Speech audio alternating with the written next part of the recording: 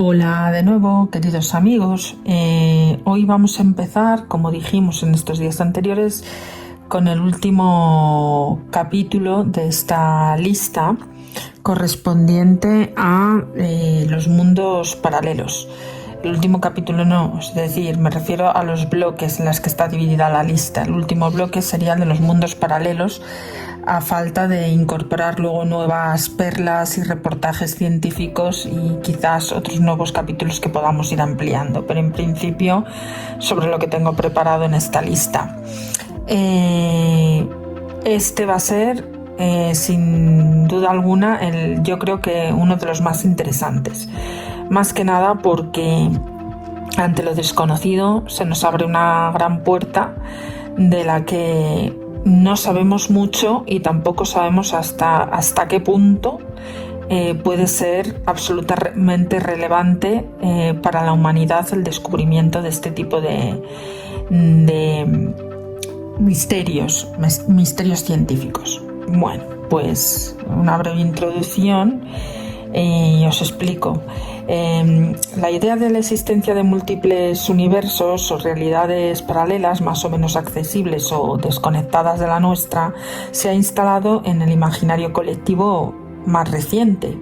Como bien sabéis, no es nada aventurado decir la cantidad de espacios y documentales que hay a este respecto, sobre todo si lo miramos por internet y este tipo de cosas. Son múltiples las referencias a esta idea, las que se han ido destilando desde mediados del siglo XX en manifestaciones culturales diversas, como la literatura, el cine, la novela gráfica o el cómic. Cualquier fan de los superheroicos personajes de las conocidas editoriales de Marvel o DC se han familiarizado con esta existencia en la ficción de mundos paralelos que albergan copias idénticas o exóticas de estos personajes o portales interdimensionales que los transportan a otras realidades. Pero ¿son las ideas subyacentes solo ficción? ¿Qué grado de verosimilitud o verdad se les concede en la física moderna?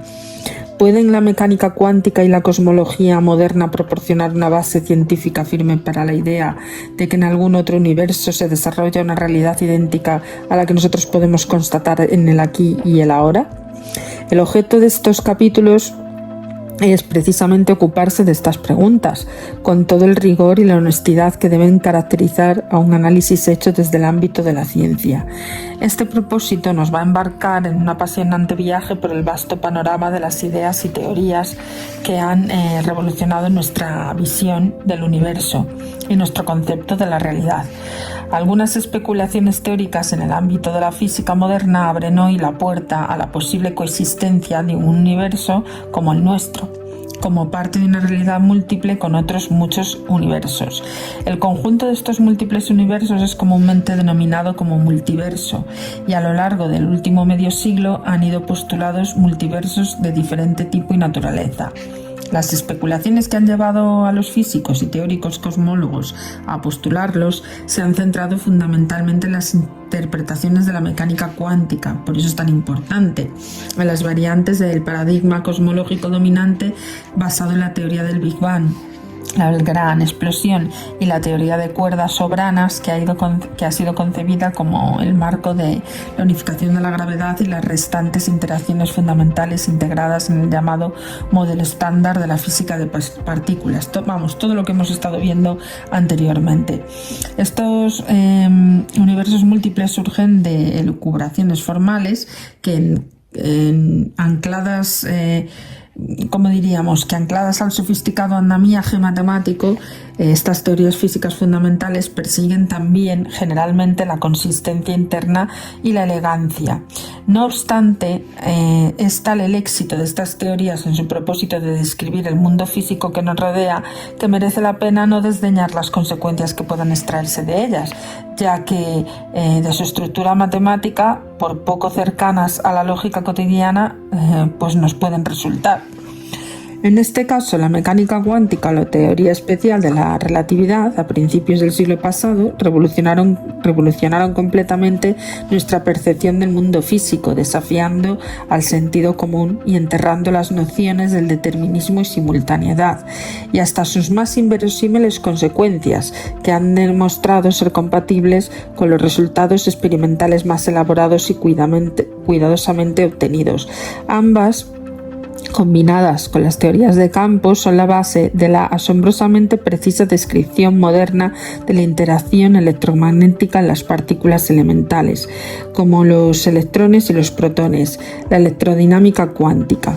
Las analogías de esta última, basadas en las extensiones de la estructura matemática de la teoría, se han aplicado con éxito a la descripción de interacciones nucleares débil y fuerte, lo que hemos hablado en los capítulos más recientes, completando el edificio teórico del modelo estándar, que ha ido repetidamente contrastado con éxito por la multitud de experimentos como los realizados por el CERN, European Organization for Investigación Nuclear. Lo he leído en Spanglish, quería decir Organización Europea para la Investigación Nuclear. Esto es lo que es, en los últimos 30 años. La teoría general de la relatividad, como habíamos dicho, supuso una reformulación de la interacción gravitatoria, extendiendo la noción concebida por Newton y ofreciendo singulares predicciones que han sido experimentalmente verificadas. Ha proporcionado además la base matemática para que la teoría del Big Bang y la cosmología pues sienten bases en la edad moderna en la que vivimos. Exigir la interacción gravitatoria, la misma estructura matemática que las otras tres interacciones del modelo estándar, como la electromagnética, la nuclear fuerte y nuclear débil, integrándolas en la teoría del todo, que lo que conduce a la teoría de cuerdas y branas y sus diferentes versiones y variantes, y la concepción de un tiempo-espacio multidimensional. La existencia de multiversos es una posibilidad que se deriva de la estructura matemática de estas teorías físicas y consecuentemente merece el interés, rigurosa atención y, si es posible, el escrutinio de la observación y del experimento. Sin esto último, quiero decir, el multiverso no dejará de ser una interesante curiosidad matemática o una controvertida especulación de carácter metafísico, propiciada por nuestra comprensión formal de la realidad. De hecho, uno de los principales argumentos que apoyarían su existencia tiene un claro acento metafísico. El principio antrópico de la aplicación a resolver la paradoja cosmológica del ajuste fino, entre comillas. Esta paradoja quiere referirse a la singular circunstancia de que algunos parámetros físicos parecen delicadamente ajustados para propiciar un universo apto para la vida. En nuestra comprensión actual de las leyes fundamentales de la física, estas parecen asociadas a ciertas simetrías, cuya rotura determina el valor de estos parámetros. Si el proceso de rotura de simetría es aleatorio, el nuestro, con sus leyes físicas y parámetros, es un universo muy improbable. La existencia de una mirada de universos distintos con diferentes y variadas configuraciones de estos parámetros integrados a algún tipo de multiverso ofrecería la salida al embarazoso problema de la improbabilidad del nuestro. Solo aquellos universos con configuraciones de parámetros compatibles con formas de vida, por improbables que sean, pueden ser estudiados por aquellas formas de vida que estén dotadas de inteligencia y de destreza matemática.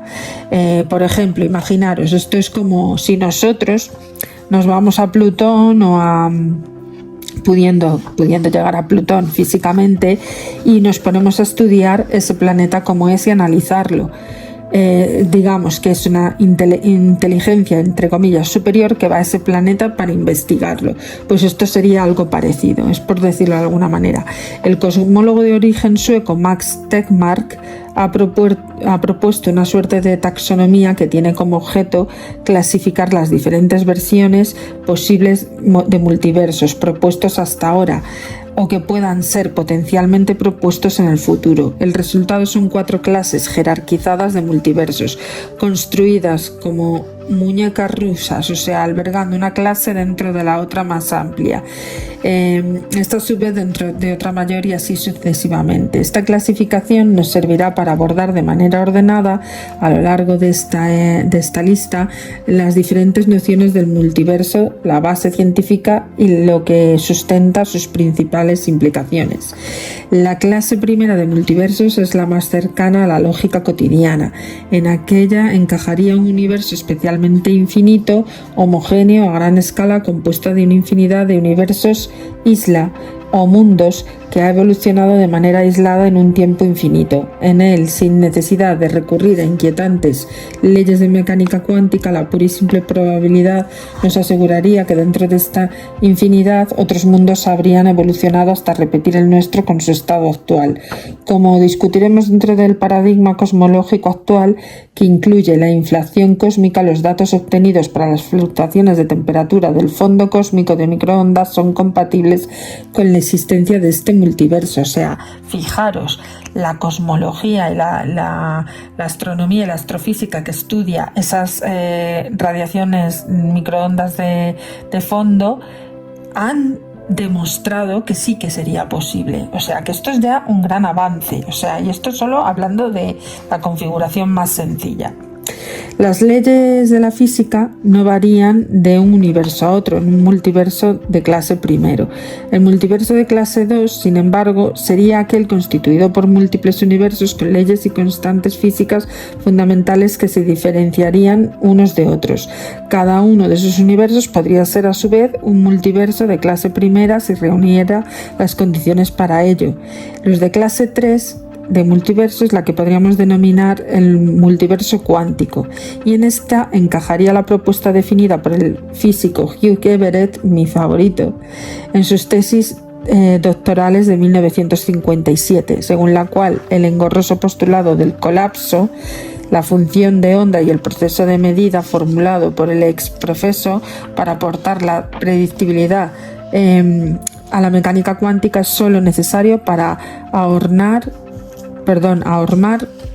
la descripción cuántica de la realidad a la perspectiva única de cada observador. Así como analizaremos en detalle, Everett sugirió que el observador y sistema físico observado se entrelazan durante el proceso de medida y la realidad se desdobla con cada posible alternativa cuántica, generando múltiples historias que se desarrollan en universos paralelos. Esto es, que el observador está tanto en un mundo como en otro a la vez y tienen diferentes formas de desarrollarse en su realidad para cada multiverso. Esto es apasionante. Si esto es verdad, o se demuestra que esto es verdad, esto sería la revolución de todos los milenios de la historia de nuestro planeta. Sería, vamos, lo más increíble. Esperemos que tenga mucho de verdad. Ya lo iremos viendo. Esta sugerencia nos podría decir, la de Hugh Everett del multiverso número 4, es el ámbito de cualquier discusión científica, quedando en el plano de la abstracción matemática o de la pura metafísica. La sugerencia de la existencia de esta última clase, de hecho, podría ser considerada como la actualización del paradigma platónico. Estaría compuesto por universos construidos con cualquier estructura matemática imaginable, que desde una perspectiva platónica radical serían la verdadera realidad y existirían en sentido físico. Esta idea justificaría la sorprendente correspondencia entre la matemática y la realidad física que se desprende desde Galileo y que ha perturbado a físicos y matemáticos a lo largo de más de 400 años. ¿Es la matemática el lenguaje en el que la naturaleza se expresa o es simplemente extraordinaria y eficaz herramienta desarrollada por el cerebro humano para aproximarnos a la realidad natural? Las complejísimas y nada intuitivas abstracciones matemáticas en el campo de la geometría, el análisis o el álgebra se han adaptado maravillosamente bien al propósito de formular leyes que gobiernan la realidad física, que parecen sustentar la primera de las alternativas. El sueco Tegmark, como hemos dicho, abunda en ello con la última clase de multiversos y responde al filósofo Ludwig Wittgenstein sobre la matemática y el mundo, afirmando que en su tratado lógico filosófico que la primera no dice nada del mundo existiendo en cualquier mundo posible o incluso aunque no hubiera mundo. Para Tegmark el mundo, cualquier mundo posible existiría porque existe la matemática. Esta última clase de multiversos mencionada aquí por completitud no será objeto de análisis en nuestra lista, que está enfocado a discutir más bien la verosimilidad del multiverso cuántico y de las variantes cosmológicas que encajan en las clases 1 y 2. Y la última cuestión que merece al menos alguna atención antes de cerrar esta breve introducción es la que se refiere a la búsqueda de posibles evidencias empíricas para la existencia de multiversos. Como hemos mencionado, ha sido mayormente postulado para preservar la estructura matemática o como posibilidad consistente de las teorías físicas fundamentales, pero ¿puede ser contrastada o refutada su existencia? La pregunta es en sí misma controvertida. En algunos casos, como ocurre para los multiversos de clase 1, diferentes burbujas de Hubble podrían llegar a interactuar propiciando un efecto medible. También universos confinados en diferentes hipersuperficies del mismo continuo espacial, proclamando la teoría de cuerdas que podrían interactuar con efectos potencialmente observables. Por otra parte, las condiciones exigibles para la existencia de ciertos tipos de multiversos, sobre las que hablaremos más en profundidad, como la preservación de una propiedad de los procesos mecánico-cuánticos que se denomina unitariedad de unidad, o la curvatura negativa o nula para la geometría del universo de la relatividad general, que pueden ser estudiadas de manera experimental y propiciar alguna suerte de refutación. La tarea es, en cualquier caso, ardua y solo muy remotamente fructífera. Así que, vista esta introducción, nos adentramos ya en el vídeo llamado Un mundo de probabilidades. La mecánica cuántica en el primer cuarto del siglo XX enterró la visión determinista de la física clásica y consagró un mundo de saltos y probabilidades en el que tienen cabida muchos universos que propuso Hugh Everett. Capítulo 1. Corrían los últimos días del siglo XIX cuando un físico alemán que ya gozaba de bien ganada reputación dentro de la comunidad científica internacional por sus trabajos sobre la teoría del calor y sobre la termodinámica en general, presentó un trabajo sobre la distribución espectral de la radiación térmica en la reunión anual de la Sociedad Alemana de la Física. La traducción del título del trabajo era La teoría de la ley de distribución de energía del espectro normal, del físico Max Planck. Atención, que este es el más importante. Bueno, uno de los más importantes, pero digamos que el padre de la teoría cuántica. Y en aquella fecha, el 14 de diciembre de 1900, se presentó en la sociedad de la que sería la primera piedra o la primera gran revolución de la física moderna, la hipótesis cuántica.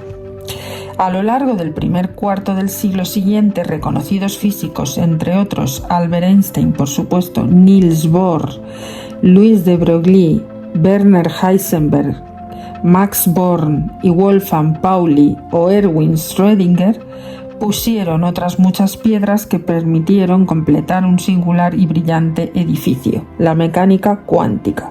Sus leyes se revelaron tan eficaces y precisas para la descripción del mundo microscópico como inquietantes y desconcertantes para la intuición del común de los mortales. La luz tenía propiedades corpusculares, la materia propiedades ondulatorias.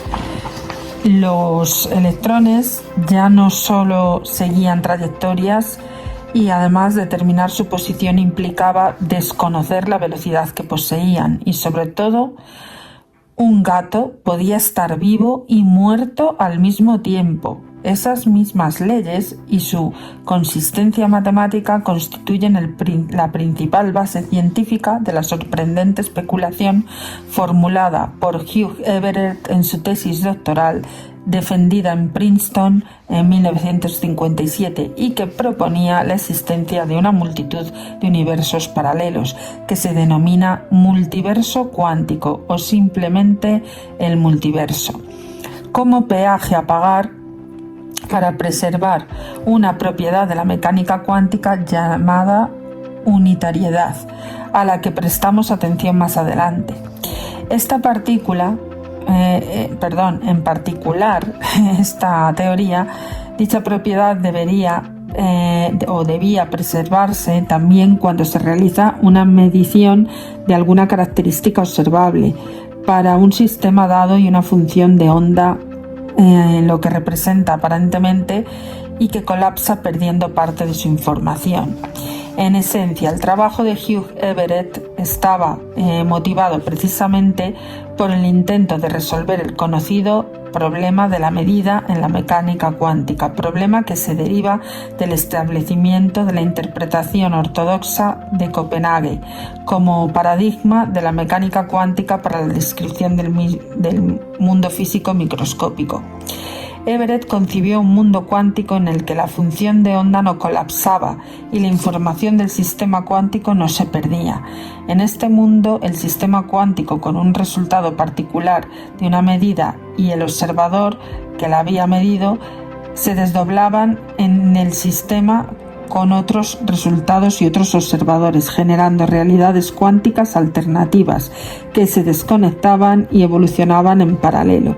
Así, el proceso de medida multiplicaba la realidad hasta generar tantas versiones cuánticas de la misma como resultados posibles a cada medida. Mundos paralelos que surgían de cada alternativa cuántica, que diferían inicialmente en el resultado de una medida concreta, pero que continuaban desdoblándose y divergiendo con cada alternativa medida. Las implicaciones de esta idea de Everett producen un verdadero vértigo, la existencia de una infinidad de realidades paralelas que han aparecido desde el principio de los tiempos y siguen continuamente apareciendo, desarrollando todas las historias posibles. No obstante, a pesar del equipaje del metafísico que acompaña el trabajo de Everett, lo suyo es un trabajo muy técnico, marcadamente formal y sólidamente matemático. Lo que Everett propone a grandes rasgos es una alternativa al paradigma de la interpretación ortodoxa de Copenhague, que extiende el formalismo de mecánica cuántica y resuelve la paradoja asociada al problema de la medida. La existencia de múltiples realidades paralelas, de múltiples universos, es una mera consecuencia de la extensión de su teoría en su interpretación alternativa de la mecánica cuántica. Entender el porqué y las consecuencias de las ideas de Everett nos llevará, por tanto, a realizar un recorrido conceptual a lo largo de la gestación de las leyes de la mecánica cuántica y el establecimiento de la interpretación ortodoxa de Copenhague. En este caso, del cuerpo negro a la cuantización de la luz.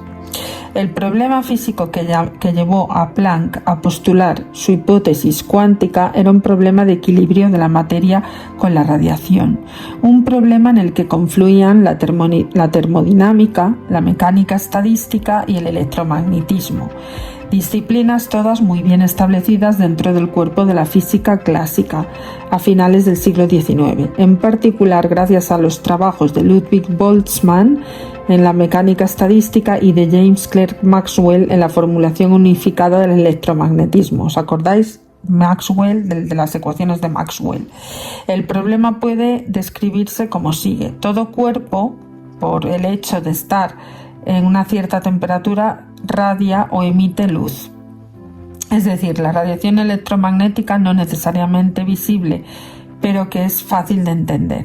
La materia se compone de moléculas que a su vez se componen de átomos, aunque neutros. Están compuestos por partículas cargadas eléctricamente, como electrones y protones. El origen de las propias fuerzas termonucleares está el hecho de que las moléculas y la distribución de carga eléctrica negativa no es igual a la positiva, existiendo cierta separación de carga, ya sea permanente o instantáneamente. Por otra parte, la mecánica estadística nos señala que la temperatura de un cuerpo es el promedio de la agitación de las moléculas que lo forman. Cuando éste se halla en equilibrio termodinámico, es decir, cuando se encuentra en equilibrio mecánico y químico y térmico a la vez y no puede experimentar un cambio de estado de manera espontánea. Y el electromagnetismo de esta agitación de componentes cargados generan campos magnéticos y eléctricos y variables, es decir, ondas electromagnéticas. Esto es lo que se conoce como la radiación térmica, la cantidad total de energía radiada por la unidad de tiempo y unidad de superficie del cuerpo que radia, denominada radiancia. Debe lógicamente de depender del grado de la agitación, por tanto, la temperatura a la que se encuentre dicho cuerpo. La manera en que esa energía se reparte en el continuo de frecuencias del espectro electromagnético que viene dada por la función llamada radiancia espectral, que también dependerá de la temperatura. Con objeto de analizar los problemas de la máxima generalidad y de la forma más empírica posible y formal, los físicos suelen fabricar modelos que se aplican a sistemas idealizados. En el caso del problema del equilibrio entre la materia y la radiación, ese sistema idealizado se llama cuerpo negro, denominado así porque la superficie absorbe toda la radiación que incide sobre él.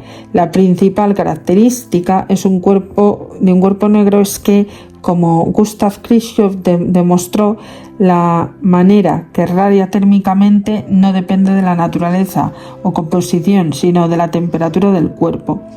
Una buena aproximación experimental de un cuerpo negro es una cavidad mantenida a temperatura constante, cuya radiación interior se observa a través de un pequeño orificio. De ese modo, el problema de la radiación del cuerpo negro adquirió también una notable relevancia y práctica al convertirse en el patrón ideal para fuentes luminosas. Los científicos e ingenieros a lo largo de la segunda mitad del siglo XIX repitieron cuidadosamente medidas de la distribución espectral de la radiación de un cuerpo negro y trataron sin éxito de justificarlas de manera teórica. En particular, en contra de cualquier evidencia experimental, la radiancia espectral calculada teóricamente crecía hasta hacerse infinita, cuando lo hacía la frecuencia. Dicho desacuerdo radical entre teoría y experiencia, la radiancia espectral medida disminuía hasta anularse para el caso límite de frecuencias infinitas, fue melodramáticamente bautizado como la catástrofe ultravioleta. El problema era, por tanto, de capital importancia, porque suponía y ponía a prueba el paradigma del conocimiento y sólidamente establecido por el mundo físico a finales del XIX. Planck atacó este problema con la certeza de que tenía que ser resuelto y, usando sus mismas palabras, lo resolvió con un acto de desesperación, formulado su postulado limitado o cuántico. En esencia, la teoría de Planck del cuerpo negro corregía la fallida teoría clásica previamente desarrollada por Lord Rayleigh y Sir James Jeans en un único punto. Como ellos, Planck aplicó el electromagnetismo clásico para deducir que la radiación en el interior del cuerpo negro de paredes supuestamente metálicas correspondía a ondas estacionarias con nodos, puntos en los que la amplitud de onda es nula. En las paredes calculó el número de ondas estacionarias por intervalo de frecuencia. Bueno, pues como decía, y disculpad porque es que me han interrumpido otra vez, siempre que estoy a lo mejor trabajando en cosas me llaman por teléfono, pues ya siento las molestias. Bueno, pues estaba diciendo esto, que Planck aplicó el electromagnetismo clásico para deducir que la radiación en el interior del cuerpo negro de paredes supuestamente metálicas correspondía a ondas estacionarias con nodos, es decir, puntos en los que la amplitud de la onda era nula en las paredes. Calculó el número de ondas estacionarias por intervalos de frecuencia y también, como Rayleigh y Jeans, que es lo que había dicho anteriormente, al asignar la energía promedio por onda introdujo sus hipótesis. La energía aportada por la radiación interna del cuerpo negro era una frecuencia dada en un múltiplo entero de una cantidad mínima proporcional a dicha frecuencia, y formulada matemáticamente, la hipótesis de Planck se expresa a través de la conocida ecuación E igual a H minúscula V, ¿vale? Esto significa que la E representa la energía La V, la frecuencia, y la H es una constante que tiene las dimensiones de una energía multiplicada por un tiempo de magnitud, como conocida por los físicos como acción, ¿vale? Una acción cuántica, ¿vale? O sea, en este caso, energía es igual a la constante por la frecuencia, ¿vale? La acción por la frecuencia. Esta constante resultó ser universal, la misma para cualquier forma de interacción entre radiación y materia, y hoy lleva el nombre de la famosa constante de Planck. De ese modo, con esta hipótesis sencilla pero nada previsible desde la lógica cotidiana, la energía promedio por onda estacionaria pasaba a ser una función de la frecuencia y permitía la descripción precisa de los resultados empíricos para la radiación del cuerpo negro. A este fenómeno, al hecho de que la magnitud, que era clásicamente o que se puede variar de manera continua, adquirió cualquier valor posible o se le puede dar cualquier valor posible y que quede además limitada a un conjunto discreto de valores accesibles que se le conoce como cuantización. Por discreto entendemos el conjunto de valores numerables, es decir, que pueden establecerse con una correspondencia 1 a 1 con el conjunto matemático y de los números naturales o enteros, es decir, que aquí no hablamos de números irreales como 1/2, 3/4, en fin, números enteros. Planck había introducido su hipótesis, la cuantización de la energía de radiación del cuerpo negro. Sin embargo, su interpretación inicial tenía repercusiones más bien modestas. Propuso que las ondas estacionarias en el interior del cuerpo negro estaban acopladas a los electrones que oscilaban en las paredes metálicas de la cavidad, de forma que eran estos electrones oscilantes los que estaban cuantizados, provocando que la radiación interna por cavidad transmitiera energía tan solo en paquetes discretos. Por tanto, para Planck, al menos inicialmente, el fenómeno no era universal. La universalización del carácter cuántico de la radiación llegó con los trabajos posteriores de otros físicos más jóvenes, como Albert Einstein, en 1905, que publicó en los análisis de la Sociedad Alemana de Física un trabajo titulado De un punto de vista heurístico sobre la producción y la transformación de la luz.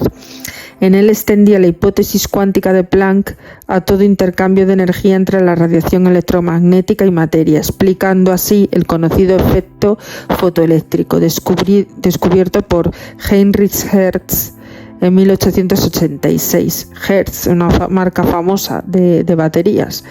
El fenómeno consistía en la obtención de una corriente eléctrica al hacer incidir la luz sobre la superficie limpia de un metal.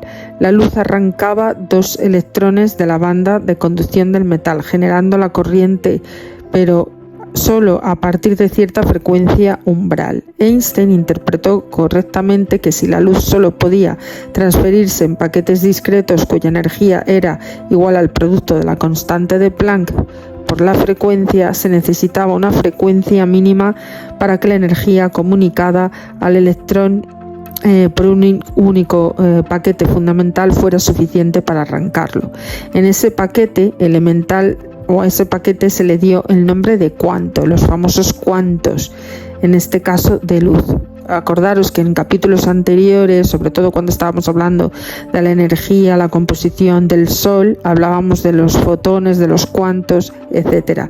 Pues a esto se refiere. Es que hemos estado hablando de física cuántica a pesar de la física clásica en numerosos capítulos. No se trataba solo de la radiación del cuerpo negro. Cualquier forma de radiación electromagnética estaba cuantizada. La luz que se propagaba como onda electromagnética que era transferida en paquetes discretos también tenía, por tanto, propiedades corpusculares. Regresaremos a este punto más adelante. Al corpúsculo asociado a la emisión y absorción de radiación electromagnética se le conoce hoy como fotón. ¿Os acordáis? Pues los fotones ya los hemos visto. Y nos quedamos en los estados numéricos y cuánticos, que ya empezamos a partir de mañana. por hoy lo dejamos aquí para que no se haga, como siempre digo, los principios demasiado grandes. Esto debería de durar al menos 5 capítulos, pero bueno, por el tiempo y para que no sea tan abstracto y tan difícil de asimilar, lo hacemos en métricas cortas. Bueno, pues nada, daros las gracias, recordaros que deseo que sigáis apoyando mi canal para que yo os pueda seguir subiendo contenido de este tipo y otras cosas interesantes relacionadas con la física, la cuántica, el universo, en fin, todos los conocimientos científicos que hay hoy en día. Por supuesto, sin olvidarme de otros bloques de historia que son importantes, y ya estoy recogiendo bastante información de cositas que os iré contando también en el otro tipo de listas. Nada, os mando un abrazo y nada, a vuestra disposición quedamos. Un besito, no olvidéis darle like y suscribiros. Muchas gracias.